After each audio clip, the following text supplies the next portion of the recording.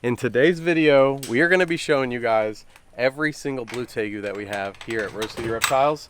Blue tegus are some of the best pet lizards that you can have, and I'm going to talk to you about why and show you their enclosures and how we keep them and how we breed them. Let's get started. All right, so this here is Shakira. She is our pure blue albino female. You might be able to see she's got a little bit of bites right here on her neck, not much, but I'll tell you, any type of scratches and things like that really show on the albinos. But she has those from breeding. This is the adult size. This is a full-grown female. We did make a video comparing the weights and sizes of some of our more popular tegus, including the blues, so I'll put a card at the top of the screen right now and a link down in the description to that video. But yeah, she's about 3 feet and just absolutely beautiful. We will be producing some albinos this season, and we're really excited about that. Our young juvenile blue male that we are raising up here, he has been developing very nicely. You guys saw earlier in the season we moved him outside to a outdoor enclosure, and he has taken to it so well. He's adjusted very well, has an amazing appetite, and has been growing nicely. But we decided not to breed him this season. Once I actually saw him up next to a female, I was like, no way am I doing that. He's just too small. He's not breeding this year, maybe next year. And that's totally fine by me, but that means Topaz is doing a lot of work, and we're gonna show you some of those females right now. So in this enclosure is a blue female that's not coming out right now, but I'm gonna go ahead and show a time lapse of her and what she's working on right now. You guys can see in this time lapse, she's pushing soil, pushing different leaf litter back into her nest, and she is actually gravid with Topaz babies right now. So we're really excited about that, and I'm not going to get in there and disturb her or mess with her nest or anything. I'm just going to leave her be, give her space. Up next is Iris. This is an amazing pure blue female that we've bred with Topaz in the past, and we're doing it again this year because they produce some amazing babies. When I went in her enclosure, I discovered that she was looking very gravid, and there was a large fire ant nest in the back of her hide, which I am not happy with. I'm going to show you guys later on in the video how I deal with fire ants. All right, the main man that you guys have been hearing us talking about getting all this breeding done, this is Topaz here.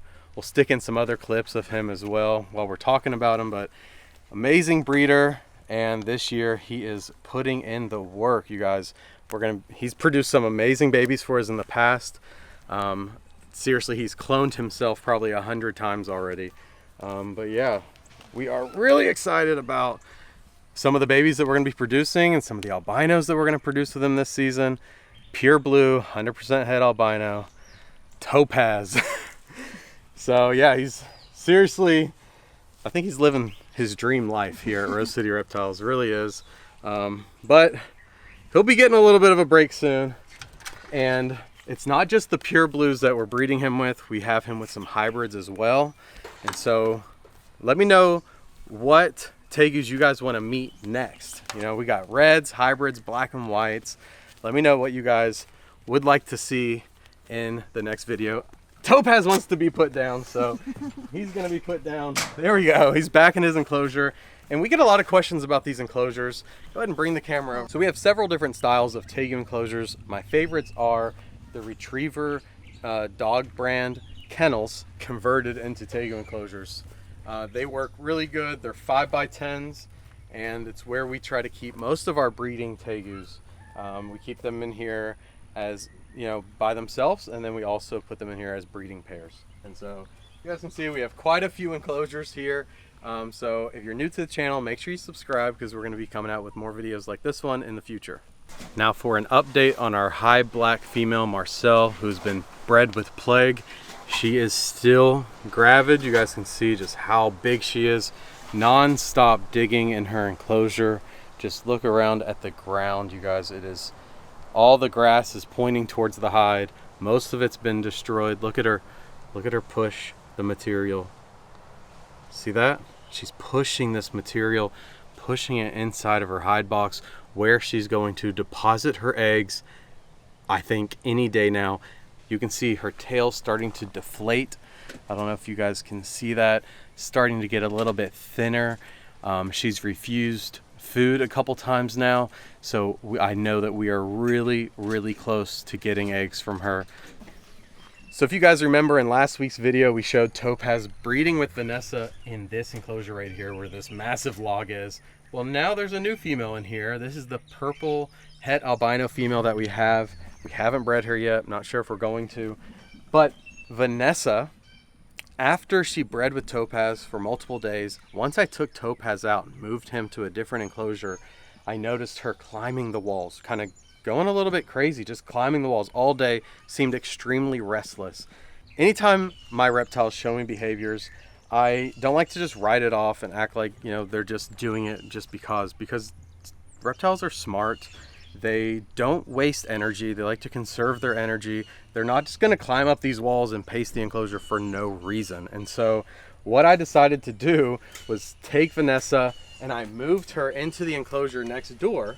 So we can see, here she is right here.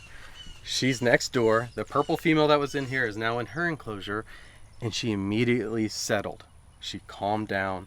I think what it was is she bred in that enclosure, and that male had his scent everywhere, and she didn't want to compete with him. Maybe, I don't know. And she just wanted to get into a new space. She did this last year as well. So I think it's a thing with her, and all these animals are individuals. So it's important that, you know, I'm always paying attention, learning each one, because that's part of the game. And for me, that's part of the fun. So check out what I'm looking at right here. Beautiful scene of Topaz with Shakira, the albino female. It's important to me to provide them with these large natural enclosures. I like to see my animals enjoying and thriving in their life.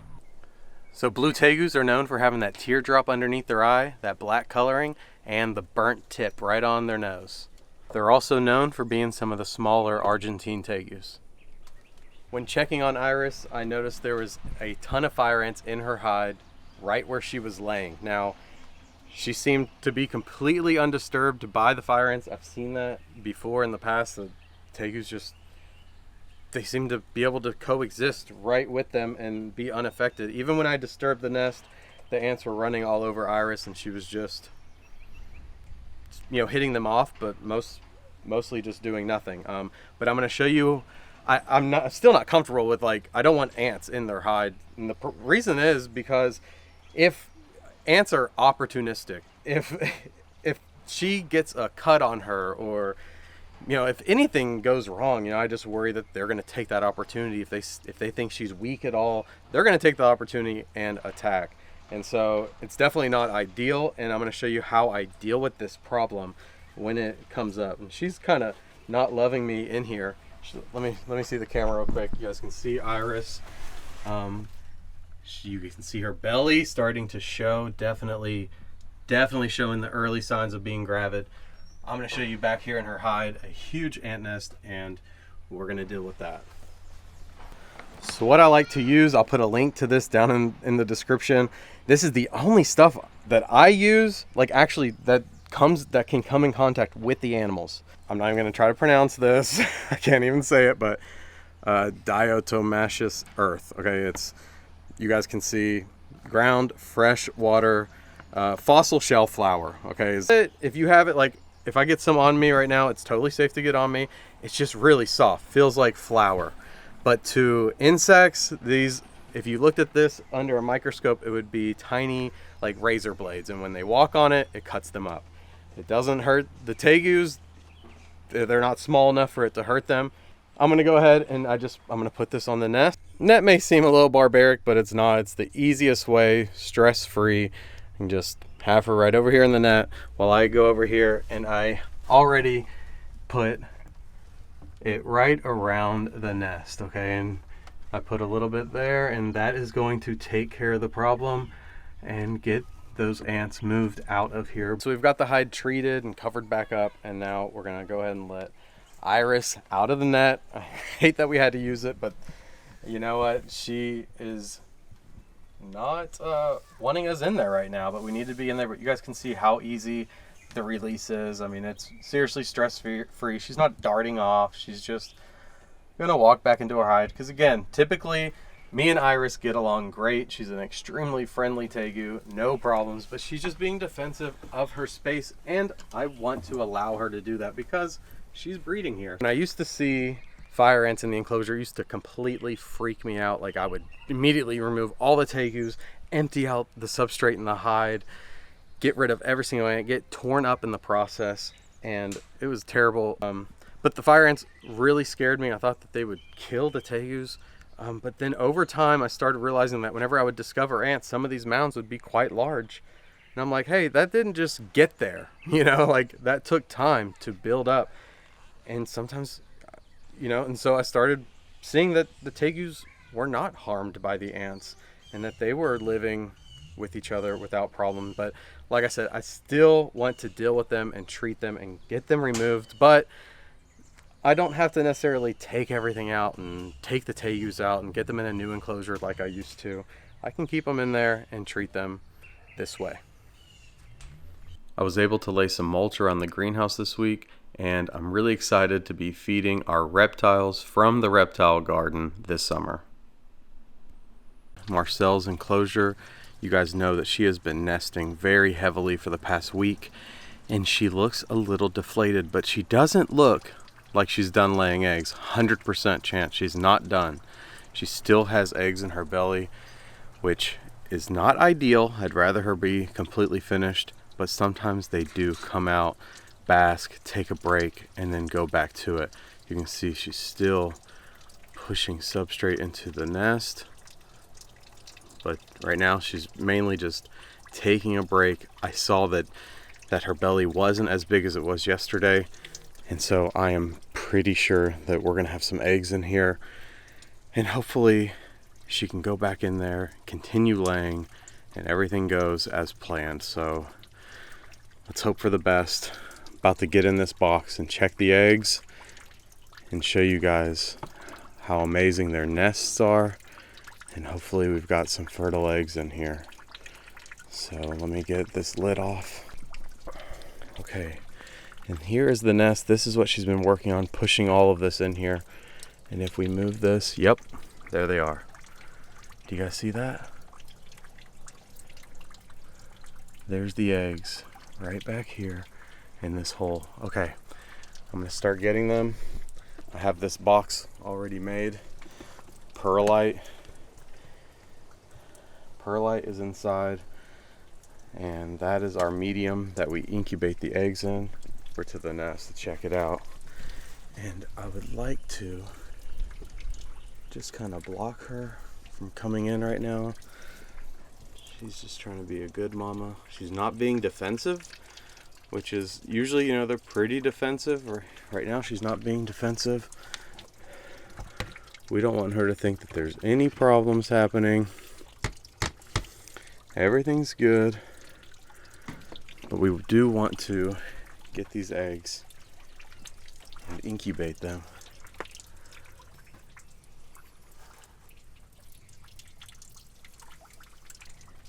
She's really chill with us being in here. That's not always the case. All right, here's the eggs. There's the nest. It's time to get them inside. I have all the eggs perfectly placed inside of the medium in the container. I have a piece of saran wrap on top. I do that because my lids are not airtight. They are loose fitting lids. They snap on, but it still allows too much airflow to go through the container, and so I like to put that layer of saran wrap. And now this box is ready to go into the incubator, and you guys, it's so exciting. In just a couple months we will be hatching out some amazing high black, plague, and Marcel babies. Okay, so we are now in the reptile room. Hope you guys enjoyed checking out all of our blue Tegus. I'm thinking we're going to be doing the hybrid Tegus next, so make sure you guys subscribe. But we have been working and completely transforming this entire room this past week. We're setting up our shipping center over here.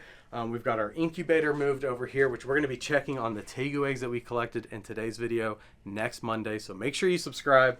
We've got all these racks that we're going to be taking down. We're selling all the racks that you see here. So if you guys are interested and local, hit me up. But you guys can see the start of what's coming. Right here, we've got some of our new enclosures in place.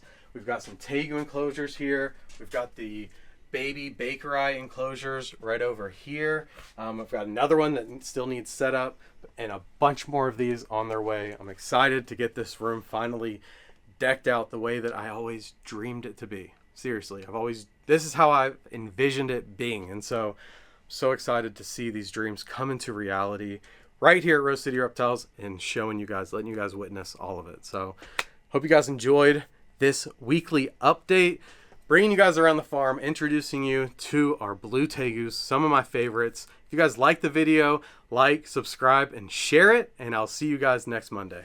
Bye.